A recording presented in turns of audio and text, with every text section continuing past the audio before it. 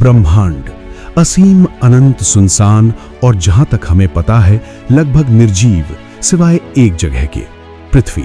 पर क्यों? आखिर ऐसा क्या है जो हमारे इस ग्रह को इतना खास बनाता है?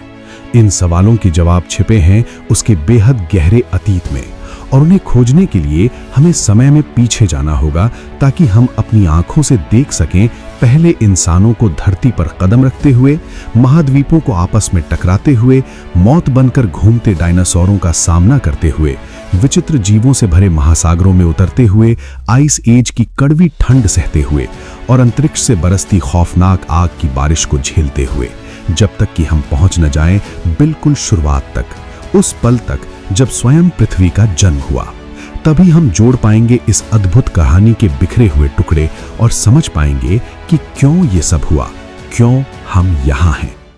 आज से करीब 5 अरब साल पहले इस समय हमारी खूबसूरत नीली पृथ्वी का कहीं कोई निशान नहीं है। यहाँ सिर्फ एक नवजात तारा है, हमारा सूरज, जो चारों ओर फैली धूल से घिरा हुआ है। इसी धूल और गैस से गुरुत्वाकर्षण के कारण छोटे छोटे पत्थर जन्म लेते हैं और लाखों वर्षों में वही पत्थर मिलकर एक ग्रह का आकार लेने लगते हैं। 4.54 अरब साल पहले पृथ्वी कुछ ऐसी दिखती थी, लेकिन ये घर नहीं, मानो धधकता हुआ नर्क हो। तापमान 1200 डिग्री सेल्सियस से ऊपर है, सांस लेने को हवा नहीं है, बस दम घुटती गैसें हैं। ये नवजात ग्रह उबलती तरल चट्टानों का एक जलता हुआ गोला है, ठोस जमीन लगभग न के बराबर, चारों ओर लावे का अथाह समुद्र, और तभी मार्स के आकार का एक ग्रह 15 किलोमीटर प्रति सेकंड की रफ्तार से गोली से 20 गुना तेज सीधे हमारी ओर बढ़ता है। किसी विशाल एलियन यान की तरह आसमान पर छा जाता है और फिर होती है भयानक टक्कर। धमाके की तरंग पूरे ग्रह को दहला देती है। दोनों पिंड मानो पिघलकर तरल हो जाते हैं। खरबों टन मलबा अंतरिक्ष में बिखर जाता है, लेकिन मात्र 1000 साल में गुरुत्वाकर्षण फिर अपना जादू दिखाता है और वही बिखरा हुआ मलबा लाल तपते धूल और चट्टानों की आग की रिंग बनकर पृथ्वी की परिक्रमा करने लगता है। और अब उस आग की रिंग से एक 3500 किलोमीटर चौड़ा गोला आकार लेता है। हम अपनी आंखों के सामने अपने मून का जन्म देख रहे हैं, लेकिन ये वैसा मून नहीं है जिसे हम आज जानते हैं। ये पृथ्वी से केवल 22,500 किलोमीटर दूर है। उधर सूरज एक ठंडी होती पृथ्वी पर उगता है, लेकिन अजीब बात है, सूरज सिर्फ 3 घंटे बाद ही डूब जाता है। उस विनाशकारी टक्कर ने पृथ्वी को इतनी तेज घुमा दिया है कि एक पूरा दिन सिर्फ 6 घंटे का हो गया। आज से करीब 3.9 अरब वर्ष पहले उल्कापिंडों की विनाशकारी बारिश जारी है। सौर मंडल के निर्माण से बचे मलबे की मार हम पर पड़ रही है।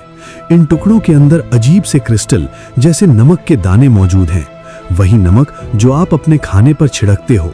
साथ ही इन उल्कापिंडों के अंदर है पानी। पानी की इन छोटी छोटी बूंदों के अंदर छुपा है जीवन का बीज।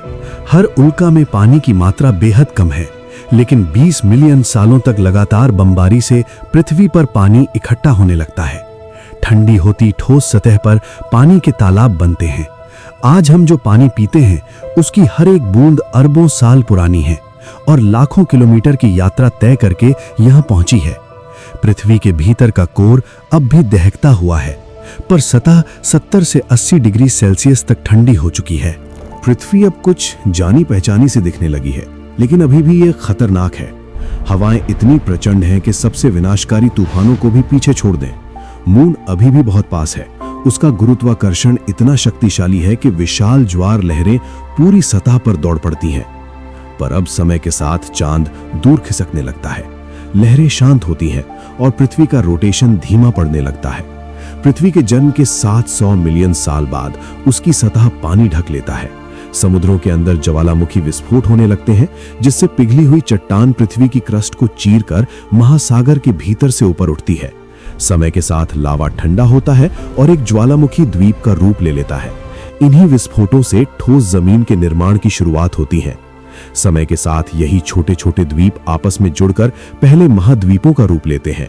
अब से लगभग 3.8 अरब साल पहले पृथ्वी पर एक बार फिर से उल्कापिंडों की बारिश होने लगती है, लेकिन इस बार ये उल्कापिंड अपने साथ सिर्फ पानी ही नहीं ला रहे, बल्कि अपने साथ जीवन के बीज भी लेकर आ रहे हैं। इनके अंदर छिपा है कार्बन, अमीनो एसिड्स और ऐसे रासायनिक तत्व जो जीवन की शुरुआत के लिए जरूरी हैं। ये सारे तत्व महासागर की गहराइयों तक पहुंच रहे हैं। यहाँ नीचे घना अंधकार है, सूरज की किरणें 300 मीटर से आगे नहीं जाती, तापमान जमा देने वाला है, लेकिन फिर अचानक वहां पर ज्वालामुखी क्रियाएं होती हैं जिससे पानी गर्म होने लगता है। इसी गर्म पानी में न जाने कैसे, लेकिन वो सारे रासायनिक तत्व जो उल्कापिंड से आए थे आपस में क्रिया करके पृथ्वी पर सूक्ष्म जीवन की शुरुआत करते हैं। ये एक कोशिकीय बैक्टीरिया ही पृथ्वी पर जीवन के सबसे प्रारंभिक रूप है। अब हम उस निर्णायक पल के साक्षी हैं जब एक निर्जीव ग्रह पहली बार सचमुच जीवित होने लगता है। अब पृथ्वी पर जीवन की शुरुआत हो चुकी है, लेकिन फिर सैकड़ों मिलियन सालों तक कुछ भी नहीं बदलता। न कोई प्रगति, न विकास की कोई बड़ी छलांग, बस एक कोशिकीय बैक्टीरिया ही समुद्र में फैले हैं। ऐसा लग रहा है मानो समय ठहर गया हो। अब जीवन को नया आयाम देने के लिए कहीं न कहीं कुछ तो होना होगा। अब हम पहुंच चुके हैं लगभग 3.5 अरब साल पहले, एक उथले गर्म समुद्र के ऊपर। समुद्र की सतह के नीचे कुछ अजीब सी संरचनाएं उभरती दिख रही हैं।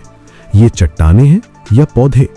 दूर से देखने पर ये ऐसे लगते हैं जैसे समुद्र तल पर बौने पेड़ों का कोई शांत जंगल खड़ा हो, लेकिन सच इससे भी ज्यादा अद्भुत है। दरअसल ये स्ट्रोमैटोलाइट है, परत दर परत बनी जीवित संरचनाएं जिन्हें अरबों सूक्ष्म बैक्टीरिया मिलकर बनाते हैं। हर स्ट्रोमैटोलाइट कोई साधारण पत्थर नहीं, बल्कि एक विशाल जीवित कॉलोनी है जहां बैक्टीरिया की पतली चादरें समय के साथ जमती जाती हैं और धीरे धीरे पत्थर जैसे पहाड़ का रूप ले लेती हैं। और यही हो रहा है पृथ्वी के इतिहास का एक महान परिवर्तन। इन बैक्टीरिया ने एक नई शक्ति खोज ली है, सूरज की रोशनी को भोजन या ऊर्जा में बदलने की क्षमता। इस चमत्कारी प्रक्रिया को हम फोटोसिंथेसिस कहते हैं, जहां सूर्य की ऊर्जा कार्बन डाइऑक्साइड और पानी को मिलाकर ग्लूकोज बनाती है। ग्लूकोज यानी ऊर्जा। लेकिन इस जादुई प्रक्रिया का एक बाय प्रोडक्ट भी है, एक गैस, ऑक्सीजन। पानी के भीतर ये स्ट्रोमैटोलाइट धीरे धीरे महासागरों को ऑक्सीजन से भर रहे हैं। अभी लहरों के ऊपर यही ऑक्सीजन पृथ्वी के वायुमंडल को चुपचाप बदल रही है। ये प्राचीन सूक्ष्म जीव अनजाने में जीवन के सबसे जरूरी तत्व का निर्माण कर रहे हैं, जिसके बिना आज पृथ्वी पर मौजूद लगभग हर जटिल जीव का अस्तित्व असंभव होता। अब समय बीतता जाता है और अगले 2 अरब सालों में ऑक्सीजन का स्तर धीरे धीरे बढ़ता जाता है, और जैसे जैसे पृथ्वी की घूमने की गति धीमी पड़ती है, दिन लंबे होने लगते हैं। अब एक दिन 16 घंटे का हो चुका है। एक नर्क जैसे ग्रह को जीवन के लिए आकार लेने में समय लगता है, बहुत ज्यादा समय। आज से करीब 1.5 अरब वर्ष पहले, अपने जन्म के 3 अरब वर्ष बाद भी पृथ्वी पर न कोई जटिल जीवन है, न पौधे, न डायनासोर और न ही इंसान। लेकिन पृथ्वी के पास अब कुछ ऐसा है जो अब तक किसी भी और ज्ञात ग्रह के पास नहीं है। एक ऐसी शक्ति जो सब कुछ बदल सकती है। हमारा ग्रह अब एक सुंदर नीला गोला बन चुका है, लेकिन लगभग 1.5 अरब वर्ष पहले ऐसे बदलाव शुरू हो चुके हैं जो पृथ्वी पर जीवन को एक ऐसे मोड़ की ओर ले जा रहे हैं जहां से वापसी संभव नहीं होगी। लाखों वर्षों में महासागरों के नीचे छिपे द्वीपों की व्यवस्था बदलने लगती है। पृथ्वी की क्रस्ट अब एक ठोस खोल नहीं रही, ये विशाल प्लेटों में टूट चुकी है, और इससे भी गहराई में पृथ्वी का कोर दहक रहा है, जिसका तापमान सूरज के सतह से भी अधिक है। इतना गर्म कि वो क्रस्ट के नीचे की चट्टानों में धीमी लेकिन शक्तिशाली हलचल पैदा करता है। यही हलचल प्लेटों को धकेलती है, खींचती है, महासागरों और द्वीपों को अपने साथ पूरी दुनिया में भटकाती रहती है।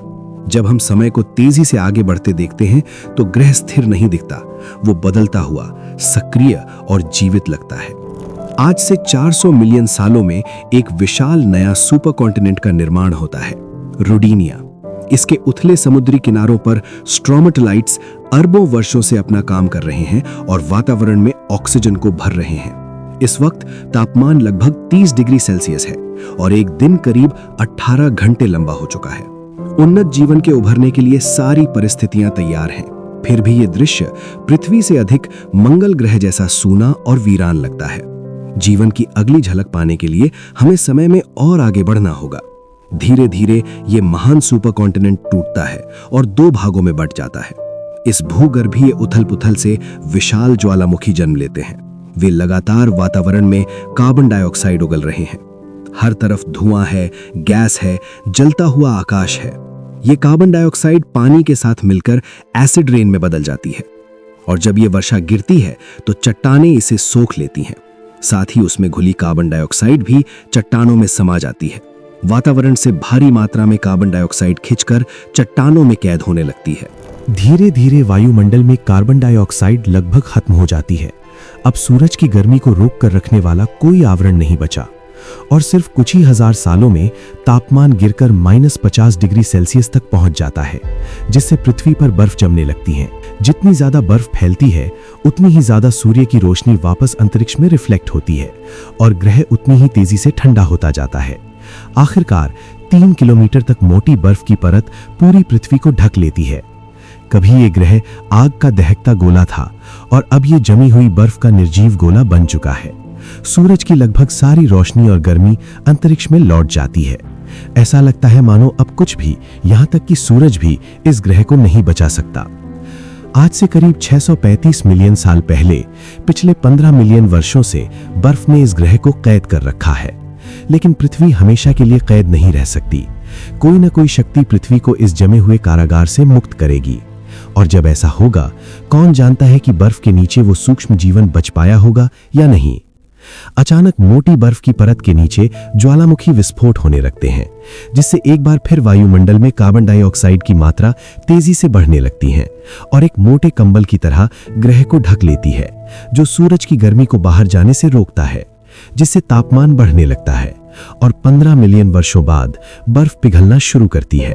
पृथ्वी एक बिल्कुल बदली हुई दुनिया बनकर जाग रही है। अब लगभग 600 मिलियन वर्ष पहले वातावरण गर्म है, मानो सुहानी गर्मियों का दिन हो। एक दिन अब लगभग 22 घंटों का हो चुका है।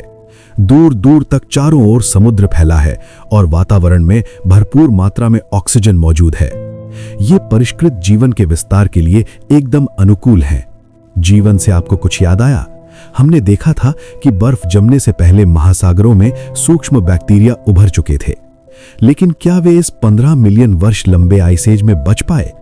इसका पता लगाने के लिए हमें वहीं जाना होगा जहां हमने उन बैक्टीरिया को आखिरी बार देखा था, समुद्र की गहराइयों में। आज से 540 मिलियन साल पहले ऑक्सीजन से भरपूर महासागरों में जीवन फिर से उभर चुका है। कुछ जीवों ने महान आइस एज के दौरान किसी तरह खुद को बचाए रखा और अब वे विकसित होकर नई आकृतियां ले चुके हैं। अब समुद्री सतह पर हर ओर पौधे हैं और कुछ बिल्कुल नए जीव भी।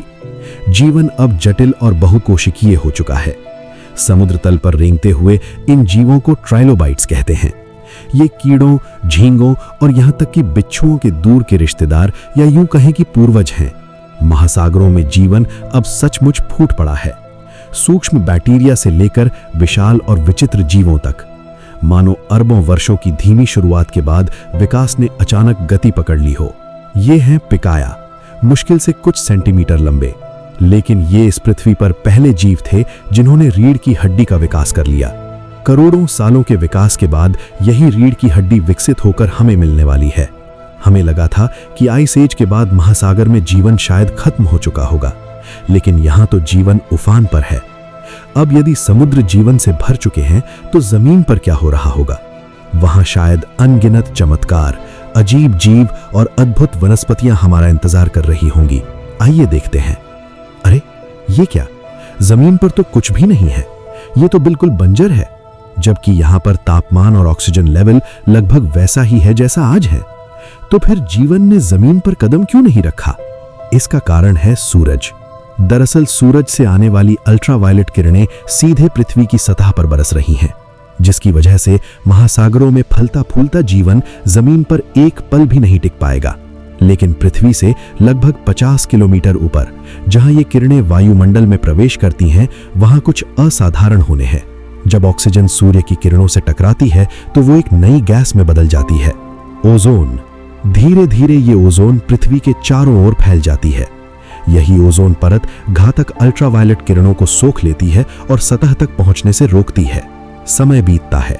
120 मिलियन वर्षों में ये परत और मोटी होती जाती है, अधिक से अधिक रेडिएशन को रोकती हुई, मानो पृथ्वी खुद जमीन को जीवन के लिए सुरक्षित बना रही हो। ओजोन परत के बिना जमीन पर जीवन का अस्तित्व संभव ही नहीं होता। लेकिन अब जब जानलेवा रेडिएशन से सुरक्षा मिल चुकी है तो हालात बदलने लगते हैं। धरती आखिरकार जीवन को अपने ऊपर बसाने के लिए तैयार है। सबसे पहले सतह पर छोटी छोटी शैवाल पनपती हैं। यही हैं धरती के सबसे पहले पौधे, छोटे, साधारण, लेकिन लगातार ऑक्सीजन छोड़ते हुए। समय आगे बढ़ता है। लगभग 375 मिलियन साल पहले अब तक जमीन पर सिर्फ पेड़ पौधे ही थे। किसी जानवर ने अभी तक जमीन पर कदम नहीं रखा था। पर अब वो अद्भुत क्षण आ चुका है जब समुद्री जीवों ने नए जीवन की तलाश में पानी को छोड़कर जमीन को चुना। यहाँ उनके लिए भोजन भी उपलब्ध है और सांस लेने के लिए हवा भी। टिक्टालिक ये वही मछली है जो पहली बार पानी से बाहर निकलने का साहस करती है। ये साधारण मछली नहीं है, इसकी गर्दन हिल सकती है, ये अपने शरीर को ऊपर उठा सकती है, और तो और इसने सांस लेने के लिए शुरुआती फेफड़ों का भी विकास कर लिया है। वो अपने पंखों का सहारा ऐसे लेती है मानो वे पैर बनने की कोशिश कर रहे हो। अब सतह पर सूर्य की रोशनी तेज है तो उससे बचने के लिए इनकी स्किन मोटी और सख्त होने लगती है। अगले 15 मिलियन वर्षों में ऐसे जीव विकसित होते हैं जिन्हें टेट्रापॉड्स कहा जाता है। उनके अंग और मजबूत होते जाते हैं। वे पानी से बाहर ज्यादा समय बिताने लगते हैं और लगभग 360 मिलियन वर्ष पहले वे धरती को अपना स्थायी घर बना लेते हैं। इन्हीं शुरुआती 4 पैर वाले जीवों से आगे चलकर डायनासोर, पक्षी, मैमल्स और आखिर में आप और मैं विकसित होंगे। धीरे धीरे समय के साथ पृथ्वी जीवन के लिए और भी ज्यादा अनुकूल होने लगती है।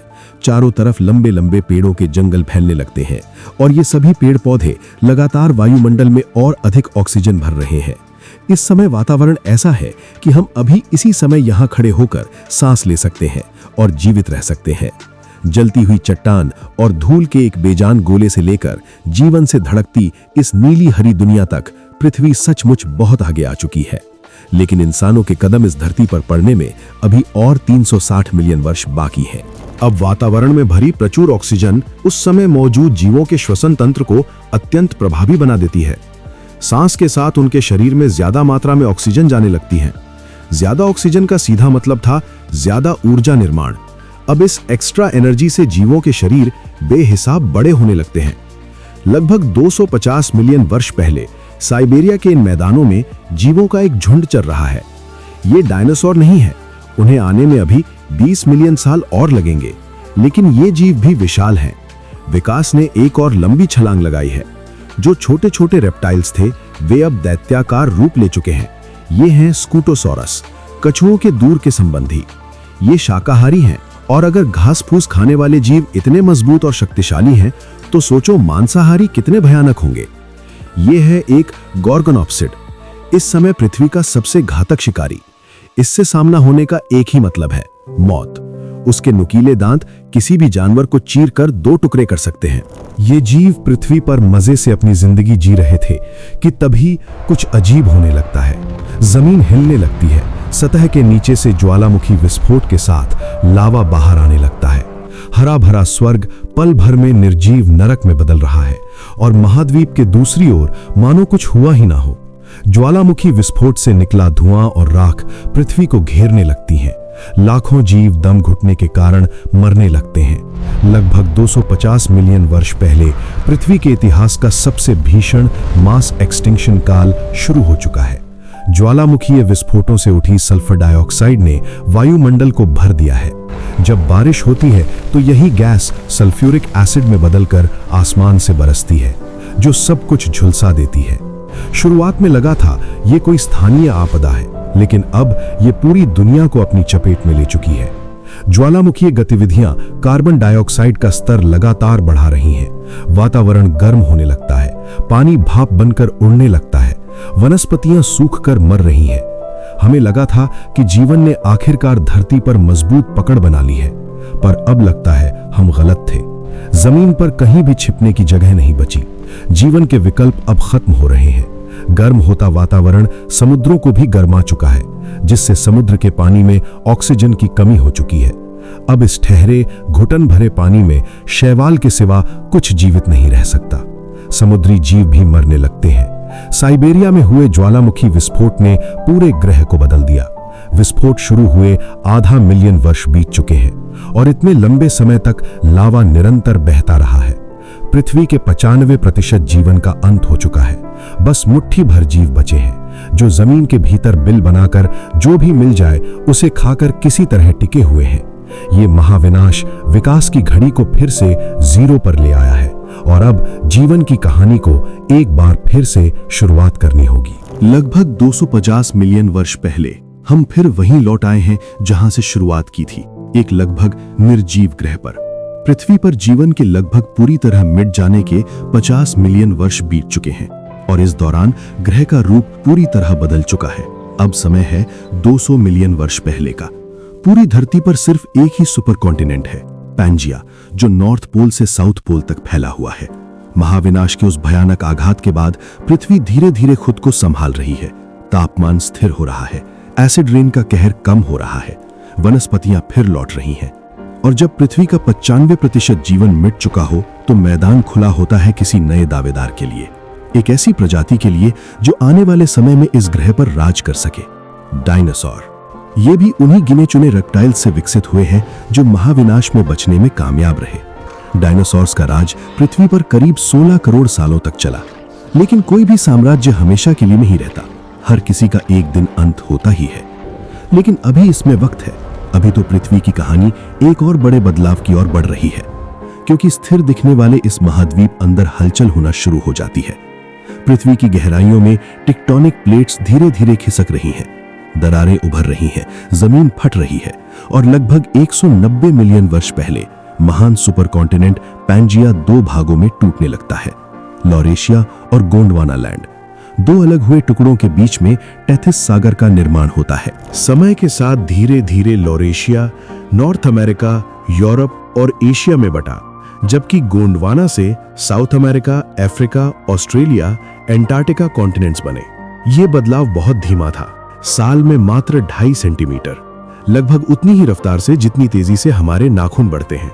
करीब 120 मिलियन साल पहले टेक्टोनिक प्लेटों में हलचल से भारत भी गोंडवाना लैंड से अलग होता है और उत्तर में एशिया की तरफ बढ़ने लगता है। इसे एशिया से टकराने में अभी भी 70 मिलियन साल बाकी हैं। पैंजिया सुपर कॉन्टिनेंट के अलग होने के साथ ही डायनासोर्स ने उन महाद्वीपों के साथ दुनिया के अलग अलग कोने में पहुंच गए और वहां की क्लाइमेटिक कंडीशंस के हिसाब से अपने आप को ढालने लगते हैं। इसी बदलाव के साथ डायनासोर्स की कई तरह की प्रजातियां सामने आती हैं जो पृथ्वी के अलग अलग हिस्से में फैली हैं।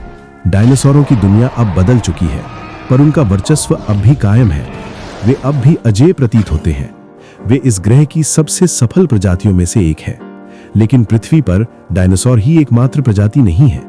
ये देखो, ये एक मैमल्स, उन गिने चुने स्तनधारियों के वंशज जो 185 मिलियन वर्ष पहले की महाविलुप्ति से बच निकले थे और जो आगे चलकर इंसानों में बदलने वाले हैं। पर इस समय ये भी डायनासोरों के लिए सिर्फ एक शिकार है। यही कारण है कि अधिकांश स्तनधारी पेड़ों पर या जमीन के नीचे छिपकर रहते हैं और अंधेरे में ही बाहर निकलते हैं ताकि वे डायनासोर्स से बच सकें। वे इतने सक्षम नहीं हैं कि डायनासोर्स के प्रभुत्व को कोई चुनौती दे सकें, लेकिन जल्द ही हालात बदलने वाले हैं। 16 करोड़ सालों से चल रहा डायनासोर्स का राज अब अपने अंत के करीब है।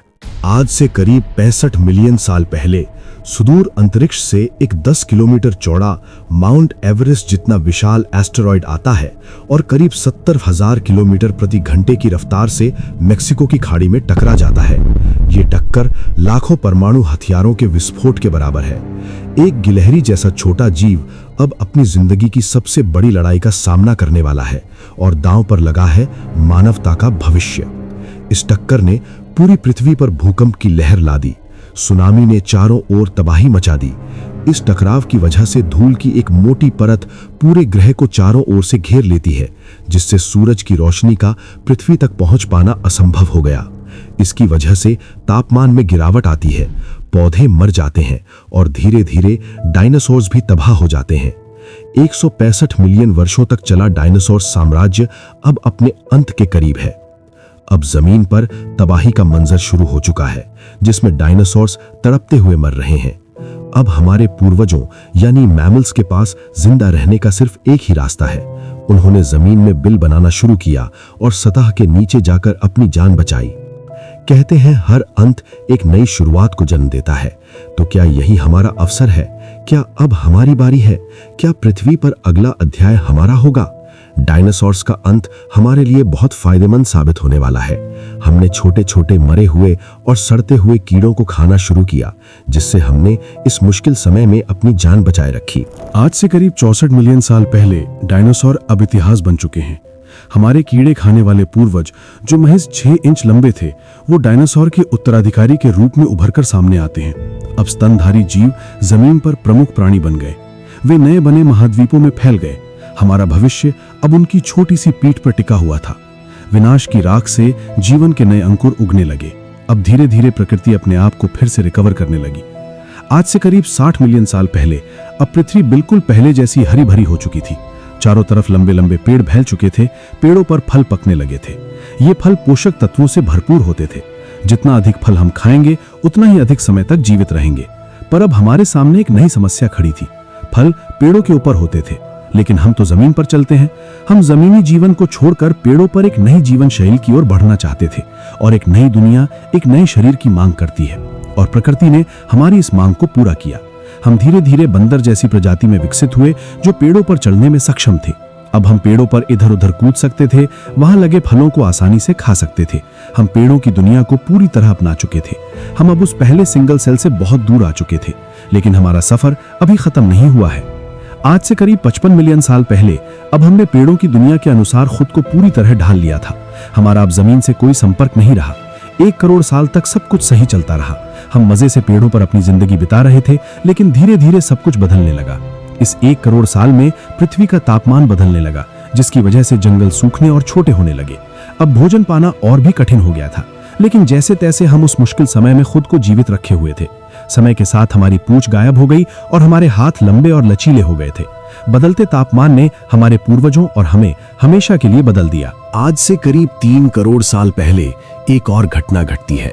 अफ्रीकन और अरेबियन टेक्टोनिक प्लेट्स में हलचल होने लगी, जिसकी वजह से ईस्ट अफ्रीकन रिफ्ट वैली का निर्माण हुआ। इसके किनारे पर 4000 मील लंबी पहाड़ी श्रृंखला उभरती है। अब जो बादल इंडियन ओशन से जाकर पूरे अफ्रीका में बरसते थे, वे अब इन पहाड़ों के कारण रुक जाते हैं, जिससे अफ्रीका के उस इलाके में सूखा पड़ने लगा। पेड़ और भी दूर होने लगे, खाना और भी मुश्किल से मिलने लगा। हम लाचार और निराश होकर भूख से तड़प रहे थे। हम हमारी जीवित रहने की इच्छा की वजह से यहां तक पहुंचे थे, लेकिन अब हमारा भविष्य खतरे में नजर आ रहा था। हमें जिंदा रहने के लिए कुछ ऐसा करना होगा जो हमने पहले कभी नहीं किया, नहीं तो 3 अरब सालों का विकास और संघर्ष व्यर्थ हो जाएगा। आज से करीब 44 लाख साल पहले इस समय हम आर्डिपिथेकस रेमिडिस थे। हम करीब 4 फीट ऊंचे थे। हमारा वजन 35 किलोग्राम था और हमारे दिमाग का आकार एक संतरे जितना था। हम अफ्रीका में उसी जगह रहते हैं जहां सूखा पड़ा है। पहले यहां हरे भरे वर्षावन हुआ करते थे, लेकिन अब गिने चुने पेड़ नजर आते हैं जो कि एक दूसरे से काफी दूर थे। हम इन पेड़ों की शाखाओं पर खड़े हो सकते थे, चल सकते थे, लेकिन अधिक भोजन तक पहुंचने के लिए एक पेड़ से दूसरे पेड़ पर नहीं जा सकते, क्योंकि अब आसपास इतने पेड़ नहीं बचे। अब समय आ चुका था कि हमें पेड़ों से अपनी पकड़ छोड़नी होगी और एक नए जीवन की ओर बढ़ना होगा। ये वही समय था जब हमारे पूर्वजों ने करोड़ों साल बाद एक बार फिर से जमीन पर कदम रखा। हमने पहली बार 2 पैरों पर चलना शुरू किया। यही एक जरिया था दूर मौजूद पेड़ों तक पहुंचकर भोजन प्राप्त करने का। हम अपने लंबे हाथों का उपयोग भोजन को उठाने में करने लगे। अब जो 2 पैरों पर चलने की काबिलियत हमने हासिल की, वो हम एक पीढ़ी से दूसरी पीढ़ी में देते चले गए। अगले 12 लाख सालों तक हमारा शरीर इतना विकसित हो चुका था कि अब हम लंबी दूरी को तेजी से चलकर तय कर सकते थे। अब हमारे लिए शरण और भोजन ढूंढना आसान हो गया था, लेकिन 2 पैरों पर चलने की वजह से हमारे सामने एक और नई समस्या आ गई। हम पूरी तरह से विकसित बच्चे को जन्म देने में सक्षम नहीं रहे। जैसे आज के समय बच्चे के जन्म के लिए 9 महीनों का समय लगता है, पर पहले इससे ज्यादा समय लगता था, ताकि बच्चा माता के गर्भ में ही और अधिक विकसित हो सके। लेकिन अब 2 पैरों पर चलने के कारण इतने लंबे समय तक बच्चे को गर्भ में रखना असंभव हो गया। अब इस समस्या की घड़ी में प्रकृति ने एक बार फिर हमारी ओर मदद का हाथ बढ़ाया। नेचुरल सिलेक्शन के चलते हमने एक नई काबिलियत हासिल की। अब हम बच्चों को समय से पहले ही जन्म देने लगे थे। माता के गर्भ में बच्चे का जरूरी विकास हो जाता और बाकी विकास बच्चे के जन्म के बाद होने लगा। यही कारण है कि हम इंसानों के बच्चे जन्म के बाद भी कई सालों तक कमजोर होते हैं। वहीं अगर हम जानवरों की बात करें तो उनके बच्चे जन्म के कुछ घंटे बाद ही चलना फिरना शुरू कर देते हैं। उन्हें कोई देखभाल की जरूरत नहीं होती है। वहीं हम इंसानों के बच्चों को काफी लंबे समय तक देखभाल, सुरक्षा और भोजन प्रदान करने की जरूरत होती है। आज से करीब 32 लाख साल पहले अब हम ऑस्ट्रेलोपिथेकस बन चुके थे। अब हमारे दिमाग का आकार एक संतरे से थोड़ा बड़ा हो चुका था। हमने हमेशा के लिए पेड़ों पर जीवन को अलविदा कह दिया था और पूरी तरह जमीनी जीव बन चुके थे। हम पूरी तरह से 2 पैरों पर चलते थे, लेकिन जमीन पर रहने के साथ ही वहां रहने वाले शिकारी जानवरों से भी हमें खतरा था। हम सिर्फ उनसे डर के भागते हुए लंबे समय तक जीवित नहीं रह सकते। शिकारियों से बचने का एकमात्र तरीका था उन्हें अपने दिमाग से मात देना। जितना ज्यादा हम समझदार और बुद्धिमान होते रहेंगे, उतना ज्यादा हम जीवित रहेंगे। धीरे धीरे प्रकृति ने हमारे दिमाग की क्षमता में सुधार लाना शुरू किया। अब हमारा दिमाग पहले से 2 गुना हो चुका था। आज से करीब 23 लाख साल पहले इस समय हम होमो हैबिलिस थे, जिन्हें हैंडीमैन भी कहा जाता था। अब हम पृथ्वी पर पहले इंसान थे। हम पहले से बड़े, मजबूत और ज्यादा भूखे थे। इस समय हम छोटे छोटे समूहों में रहते थे, लेकिन हमारे पास कोई स्थायी आवास नहीं था। हमारा जीवन नोमैडिक था और हम हर कुछ समय में अपनी जगह बदलते रहते थे। जब किसी क्षेत्र में भोजन या शिकार की कमी हो जाती तो हम दूसरी जगह पलायन कर जाते। इस समय हमारे जीवन का मुख्य उद्देश्य भोजन की तलाश और शिकार था। हमारा भोजन पेड़ों के फल, जड़ें, पत्तियां, कीड़े और छोटे जानवर थे। इस समय हम शिकार करने में माहिर हुआ करते थे, लेकिन हम पूरी तरह शिकारी नहीं थे। हम स्कैवेंजर्स भी थे, यानी हम किसी और बड़े जानवर के शिकार के अवशेषों को छीन कर खाते थे। होमो हैबिलिस ही पहले शुरुआती मानव थे जिन्होंने हथियार बनाने की कला विकसित की। इन हथियारों के साथ हम पूरी दुनिया को बदलने वाले थे। 3 अरब सालों के विकास के बाद अब हम अपनी किस्मत को अपने हाथों में लेकर चलते थे। इन औजारों ने न केवल हमें भोजन प्राप्त करने में मदद की, बल्कि हमें अन्य शिकारी जानवरों से अधिक ताकतवर भी बनाया। इन हथियारों के दम पर हम शिकारी, भूखमरी और तो और अपने ही रिश्तेदारों से मुकाबला करते थे। ये हथियार हमारे दैनिक जीवन का अहम हिस्सा बन चुके थे। हम अफ्रीका के उसी इलाके में रहते थे जहां सूखा पड़ा हुआ था और पेड़ों की कमी थी। ऐसे में हमें जो कुछ भी मिल जाता हम उसे खा लेते थे। कई बार जानवरों का मांस खत्म हो जाता और सिर्फ उनकी हड्डियां बचती। जब भूख हम पर हावी होने लगी, तब हमने अपने हथियारों की मदद से उन हड्डियों को तोड़ना शुरू किया और उनमें मौजूद बोन मैरो को खाना शुरू किया। इससे हमें अधिक ऊर्जा मिलती थी। इन हथियारों ने हमारे जीने के तरीके को पूरी तरह बदल कर रख दिया। हथियारों को पकड़ने के लिए हमारे अंगूठे और मजबूत होने लगे, जिससे हम हथियारों को आसानी से पकड़ पाने लगे। हम आज आसानी से कप उठा सकते हैं, पेन से लिख सकते हैं। ये सब इसलिए संभव हुआ क्योंकि 20 लाख साल पहले हमारे पूर्वजों ने औजारों का उपयोग करने के लिए हमारे शरीर को विकसित किया। होमो हैबिलिस का जीवन आसान नहीं था। हमें हर समय शिकारी जानवरों से सतर्क रहना पड़ता था। हमें बदलते मौसम और पर्यावरणीय परिवर्तनों के साथ भी तालमेल बिठाना पड़ता था। इसके साथ ही होमो हैबिलिस के जीवन का औसत समय छोटा था। ये लोग लंबे समय तक जीवित नहीं रह पाते थे क्योंकि बीमारियों, चोटों और शिकारियों के हमले से उनका जीवन जल्दी समाप्त हो जाता था।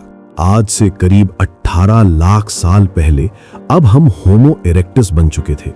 इससे पहले हम स्कैवेंजर्स थे, लेकिन अब हम शिकारी बन गए हैं। अब हम झुंड में एक साथ मिलकर काम करना सीख चुके थे।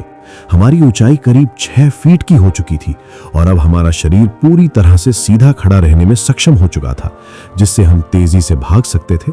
हमारा मस्तिष्क भी पहले के मुकाबले कई गुना विकसित था। हम अब जटिल से जटिल कार्यों को योजना बनाकर करते थे और जीवन की चुनौतियों से निपटने के लिए नए तरीके खोजने लगे थे। हमारे शरीर में पसीने की ग्रंथियों का विकास हो चुका था, जिससे हम हमारे शरीर का तापमान नियंत्रित करने लगे थे। एक बार हम शिकार के लिए निकले और काफी देर तक शिकार का पीछा करने के बाद हमने अपने हथियारों से उसे मार गिराया। जहां हमने शिकार किया था वहां सूखी घास का मैदान था। इतने में ही वहां अचानक से बिजली गिरती है और आग लग जाती है। हम अपने शिकार को वहीं पर छोड़कर डर के मारे अपनी जान बचाकर भाग जाते हैं, लेकिन मांस हमारे लिए बहुत मूल्यवान था। इसलिए आग के शांत होने के बाद हम वापस आते हैं और उस आग में जले हुए जानवर के मांस को खाते हैं। हमने आज तक इतना स्वादिष्ट और लजीज मांस नहीं खाया था और इसी घटना के बाद हमारा आग से परिचय हुआ। अब प्रकृति की शक्ति हमारे हाथों में थी। हम अब आग में पका मांस खाने लगे थे, जो चबाने में काफी आसान था, जिससे हमारी ऊर्जा भी बचने लगी थी। वही ऊर्जा अब हमारे दिमाग के विकास में खर्च होने लगी। अब हमारे दिमाग का आकार बढ़ने लगा, हम और बुद्धिमान बनने लगे थे। आग के आविष्कार से न केवल भोजन पकाने की सुविधा मिली, बल्कि इसका सुरक्षा, ठंड से बचने और रात में रोशनी प्रदान करने के लिए भी इस्तेमाल किया जाने लगा। अब हमारी पारिवारिक संरचना और ज्यादा मजबूत हो चुकी थी। अब हम बड़े समूहों में रहने लगे थे और शिकार के लिए सामूहिक प्रयास करने लगे थे। इससे शिकार करने में आसानी होने लगी, लेकिन अभी भी हम एक दूसरे से सही ढंग से बातचीत नहीं कर पा रहे थे, जिससे आपसी समझ बनाना हमारे लिए कठिन था। प्रकृति हम पर शुरू से ही मेहरबान रही है, इसलिए एक बार फिर प्रकृति ने हमारी सहायता की। नेचुरल सिलेक्शन के चलते अब हमारे गले की मांसपेशियों में बदलाव होने लगा। हम अलग अलग तरह की आवाजें निकालने में सक्षम हो गए, जो धीरे धीरे शब्दों में बदल गईं। भाषा हमारे लिए एक अनमोल हथियार थी। ये वो आखिरी कड़ी थी जो हमारे पूर्वजों को आधुनिक इंसानों में बदलने वाली थी। होमो इरेक्टस ने न केवल अफ्रीका में अपने अस्तित्व को फैलाया, बल्कि एशिया और यूरोप तक भी अपनी उपस्थिति दर्ज कराई। हमने नए इलाकों में कदम रखा और पूरी दुनिया में अपना प्रभाव फैलाया।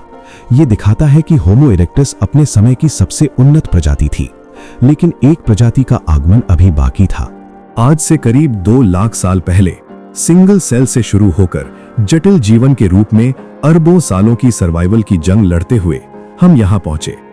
हम होमो सेपियंस, इस धरती के सबसे बुद्धिमान जीव, जिनका दिमाग बहुत बड़ा और शक्तिशाली हो चुका है। हमारे पास पृथ्वी पर किसी भी जीव की तुलना में सबसे बड़ा मस्तिष्क था, और यही कारण था कि अब हम में सोचने, समझने और समस्याओं को हल करने की क्षमता कई गुना ज्यादा थी। हम अपने शुरुआती समय में अफ्रीका में रहते थे, लेकिन धीरे धीरे हम हर महाद्वीप में फैल गए। हम नए वातावरण और चुनौतियों के हिसाब से विकसित होते गए। हमने घास और पेड़ों के रेशों को बुनकर कपड़े बनाना सीखा। हमने बर्तन बनाने की कला सीखी। हमने सभ्यता और संस्कृति की शुरुआत की।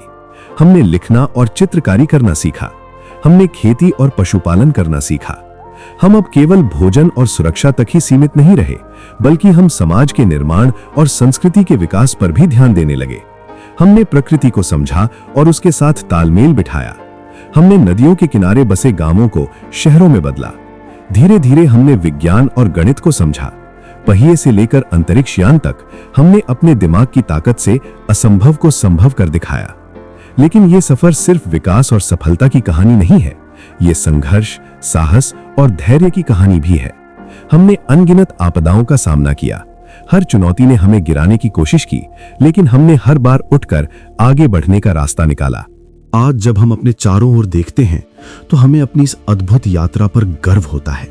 ये सफर बताता है कि इंसान ने कैसे मुश्किल हालातों को अपने पक्ष में किया और आगे बढ़ा। तो ये कहानी सिर्फ अतीत की नहीं, बल्कि भविष्य की भी है। जैसे हमारे पूर्वजों ने अपने सपनों को हकीकत में बदला, वैसे ही ये जिम्मेदारी अब हमारी है। हमें अपने ज्ञान, विज्ञान और नैतिकता का उपयोग करके इस धरती और इसके सभी जीवों के लिए बेहतर कल बनाना होगा। सिंगल सेल से इंसान तक की ये यात्रा केवल एक जीव के विकास की कहानी नहीं है, ये हमारी पहचान की कहानी है। ये हमें सिखाती है कि विकास कभी रुकता नहीं और हमारी सीमाएं सिर्फ हमारी सोच तक ही हैं।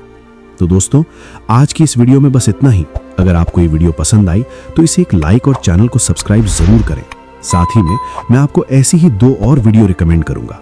अगर आप विस्तार में जानना चाहते हैं कि डायनासोर्स का अंत कैसे हुआ, तो आपके सामने आई वीडियो पर क्लिक कर दीजिए। मैं आपसे उसी वीडियोस में मिलता हूं। चैनल सब्सक्राइब करना बिल्कुल भी ना भूलें। धन्यवाद।